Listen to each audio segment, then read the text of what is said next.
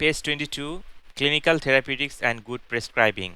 Box 2.9, Drugs that are common causes of adverse drug reactions. Drug or drug class, common adverse drug reactions.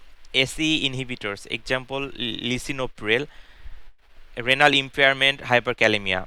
Antibiotics, example amoxicillin, nausea, diarrhea. Anticoagulants, example warfarin, heparin, bleeding.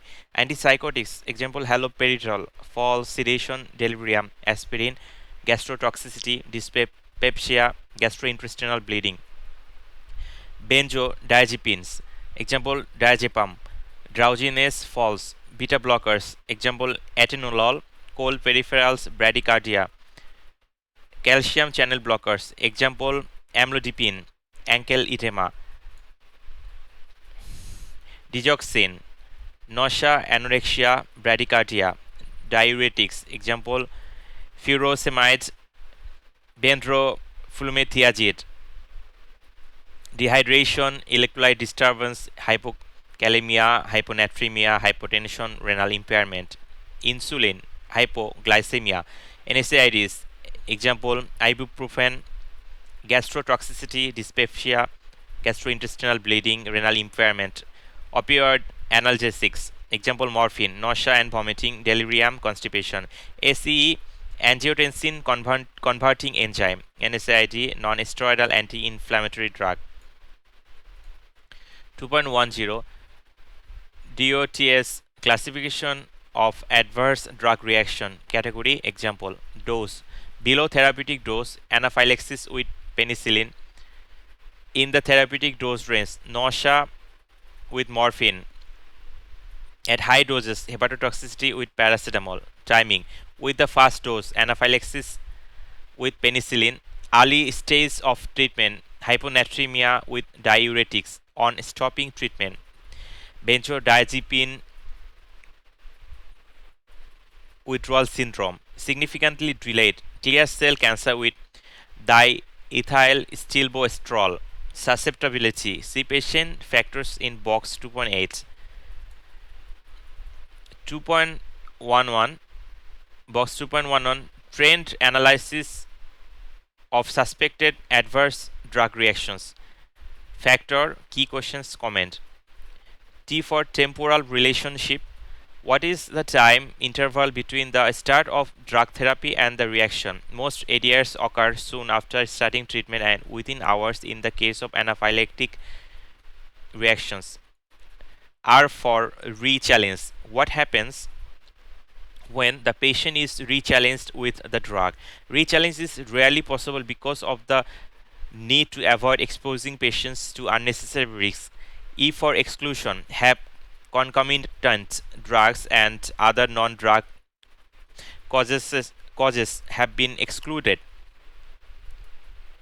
ADR is a diagnosis of exclusion following clinical assessment and relevant investigations for non-drug causes. N for novelty. Has the reaction been reported before? The suspected ADR may already be recognized and mentioned in the SPC approved by the regulatory authorities. D for de-challenge.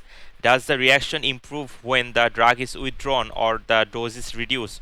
Most but not all ADRs improve on drug withdrawal, although recovery may be slow. ADR is equal adverse drug reaction. SPC is equal summary of product characteristics. Detecting ADRs. Pharmacovigilance. Type A ADRs become apparent early in the development of a new drug. By the time a new drug is licensed and launched on to a possible worldwide market, however, a relatively small number of patients, just several hundred, may have been exposed to it, meaning that a rarer but potentially serious type B ADRs may remain undiscovered. Pharmacovigilance is the process of detecting, signal generation, and evaluating ADRs in order to help prescribers and patients to be better informed about the risks of drug therapy.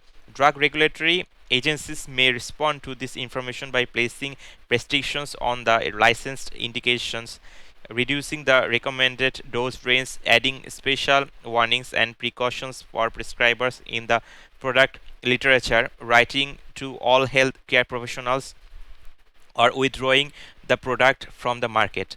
Voluntary reporting systems allow healthcare professionals and patients to report suspected ADRs to the regulatory authorities. A good example is the yellow card scheme that was set up in the UK in response to the thalidomide tragedy.